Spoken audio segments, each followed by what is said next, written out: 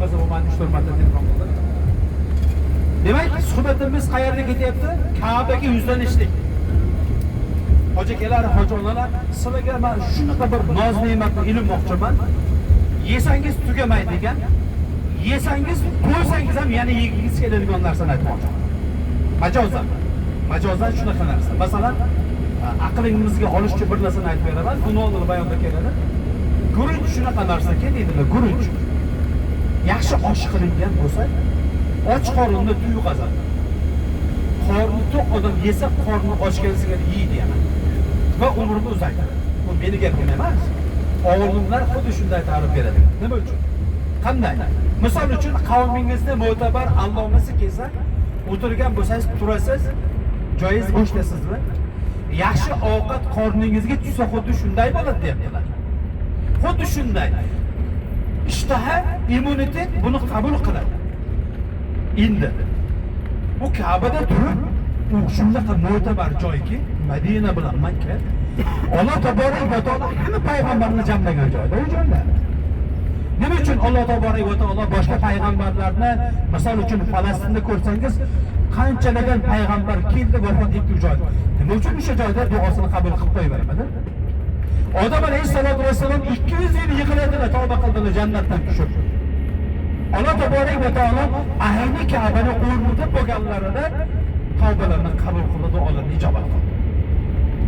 Bu Ka'ba shunaqa narsaki, Alloh taborak va taolo aytadiki, "Mana Ka'ba, ya'ni sen quradigan Ka'ba ey odam, avval farishtalar qurgan edi" deydi. Bilamizmi shuni? Ka'bani birinchi farishtalar qurgan u joyga. Uni o'rni o'zgarmadi. Allohga qasam, Ibrohim alayhisalom qurgandan keyin uni o'zgarmadi. Payg'ambar alayhisalom davrlarida buzib qurildi. Payg'ambar alayhisalomga hali vahiy kelmagan edi. Allohga qasam, o'sha o'rni o'zgarmadi. İbrahim alayhisalomga İsmoil alayhisalom ikkalariga Alloh taborak va taolo buyurdi. "Ey Ibrohim, men uchun bayt qurgin" dedi. Uy qurgin dedi. Qayerga quray deb so'radilar. Poy devori yo'q bo'lmagan, odam otang qurgan Nuh davrida suv bosgandan poy devorini yerga tishlaganday saqlab qo'ygan joy bor. Senga men ilhom qilaman, bor o'sha joyga qurib, qaytib tikila dedi. O'sha joy edi. O'sha Ka'baning yuqorisi 7-qavatda Baytul Ma'mur turadi. Bir kunda 70 mingta farishta u joyda tavof qilib ibodat qiladi. Uning nuri yerdagi chiqqan nur bilan ulashadi. Uzviy bog'liq turadi doim. Ana o'sha joyga ketyapmiz biz. Ana o'sha joyga qaraymiz biz. Ha borsak albatta to'rtburchak binoni ko'ramiz. Kim bu binoni qarasa, kibr bilan kichkina bino, hokisorlik bilan qarasa, haybatlik bino bu. Uni boriki kasalligini tortib olib, unga muhabbatni beradigan bino o sabab bo'lgan narsa. Shuning uchun ham Imom Azam rahmatullohi aytadilar-ki, sen, ya'ni biz Ka'baga qaraysanmi, qaraganingda payg'ambarlar nigohini top deyaptilar. Qaraganingda payg'ambarlarga butun borlig'i bilan xizmat qilgan zotlarni, Alloh rozi bo'lgan zotlarning nigohini top. Alloh taborak va taologa oshiq bo'lib, dod deb yig'lagan, hech narsa kerak emas, jannat ham kerak emas, faqat seni roziliging, yuzing kerak degan zotlarning nigohini topdi.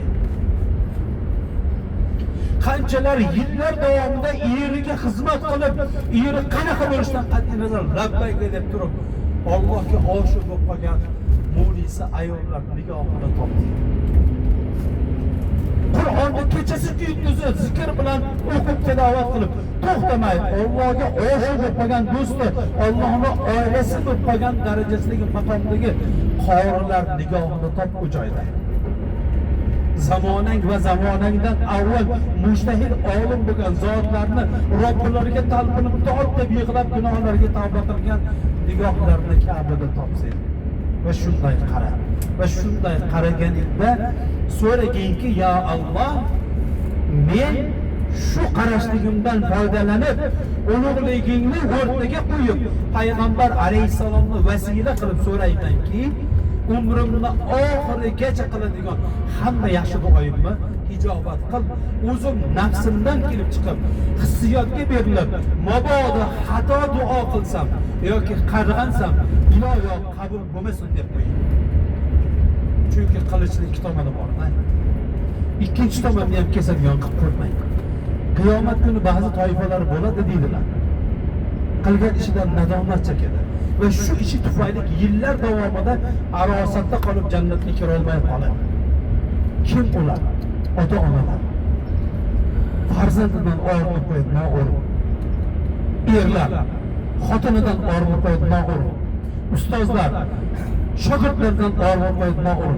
Mana shunday kimsalar no'g'rin qilganligi uchun yillar davomida jannatga kira olmay qoladi. Alloh saqlasin. Ikkinchi, Ka'baga kirdik, nima birinchi nigohni bildik, duo qabul bo'lishini bildik, ha? Ka'bada e'tibor beradigan narsamiz har bir narsani boshlanishi bor. Odam alayhisolatu vassalomga Alloh taborak va taolo binoni qurdirganda, ey odam, buni boshlanishi bilan tugaydigan joyga ishora qilmaysizmi? Odam alayhisalom men bilaman, hop bo'pti, mana aytib uyib qo'yaman. Alohida belgi qo'ysam shu joyda boshlanib, shu joyda tugaydi deyormadilar. Balki aytdilarki, ya Alloh, sen ilhom bermasang, sen ko'rsatma bermasang, men buni bilmayman. Bizga saboq ekanda bu. Men bilaman degan odam halok bo'ldi. Hasan al-Basri aytadilar. Man qala ana olimun fa huwa jahilun. Kim men bildim desa, va tahqiq qasam u bilmaydi. U johildir deydi. Men bilmas ekanman, ya Alloh, menga ilhom qil, biladiganda ro'para qil, men adashib qolmayin, xato qilmayin desa, ana shu to'g'ri degan. Hajarul Asvad to'g'risiga kelganda biz go'yoki namozga kirishganda Alloh akbar dedikmi, tavofga niyatni qilamiz o'sha joyda. O'y tomonimizda zangor chiroq turadi. Hajarul Aswadni eslatib. O'sha joyga borganda kaftimiz qo'lini ichini Ka'ba-i Muazzamaga qaratamiz. Qo'llarimizni yelka barobar ko'taramiz, erkak va ayollar. Alloh akbar deb baland ko'tarsangiz erkaklar, ehromdasiz, qo'ltiqingiz ayollarga ko'rinadi. Ayollar ko'rib bundan behuzur bo'ladi. Ko'ngli buziladi. Bunga biz sabab bo'lamiz. Shuning uchun ibodatni qarang. Muloyimligini, odobni, hayoni, andishani qarangki, yelka barobar ko'tarasiz va qalbingizni biroz Ka'baga yuzlantirasiz. Bismillahi Allohu akbar. Ba'zi kitoblarda qo'lini kaftini o'padi. Ba'zi kitoblarda o'pmaydi dedilar. O'pishlikka dalil nima? Payg'ambar alayhisalom Hajjatul Vadoda Qasva ismli tuyalarda aylandilar. Yoshlari 63 yoshga kirgan edi. Bemorlik avvaldan bor edi. Nima uchun? Bani Qurayzaga borganlarida Nabiyimiz alayhisolatu vasallam 12 ta sahobalar bilan bordilar. Ziyofatga chaqirdi u joy qavmi. Ziyofatda o'tirganlarida eng yaxshi ko'radigan taomlari qo'yni o'ng qo'l tomoni edi. Pishirib olib kelindi, taomni yeyotganlarda Jibril alayhisalom tushdilar. Ey Allohning rasuli, Alloh taolo sizga salom aytdi, bu taomni yemas ekansiz. Sahobalarga ham aytib yeyishmasin. Nimaga deb so'radilar. Chunki bu taomni, ya'ni qo'yni to'la holatda Hadicha ismli ayol zaharlab qo'ydi. Yesangiz vafot etasiz. Nimaga deb so'radilar. Sizni haqiqiy payg'ambar ekanligingizni bilish uchun zaharlab qo'ydi. Agar haqiqiy payg'ambar bo'lsa, Alloh uni qutqarib qolib o'lmay qolish kerak deb turdi. Alloh asradi. Ba'zi sahobalar yutib olishganda vafot etdi. Shu kasallikni istimasi payg'ambar alayhisolamda bor edi. Shuning uchun ham Hajjatul Vadoda Qasva bilan aylanar ekanlar. Abdulloh ibn Abbos roziyallohu anhu aytadilar. Men payg'ambar alayhisolamning orqalarida yosh edi, kichkina bola edilar. 10 yosh, 11 yosh. Tuyalarga mingashib olgan edim.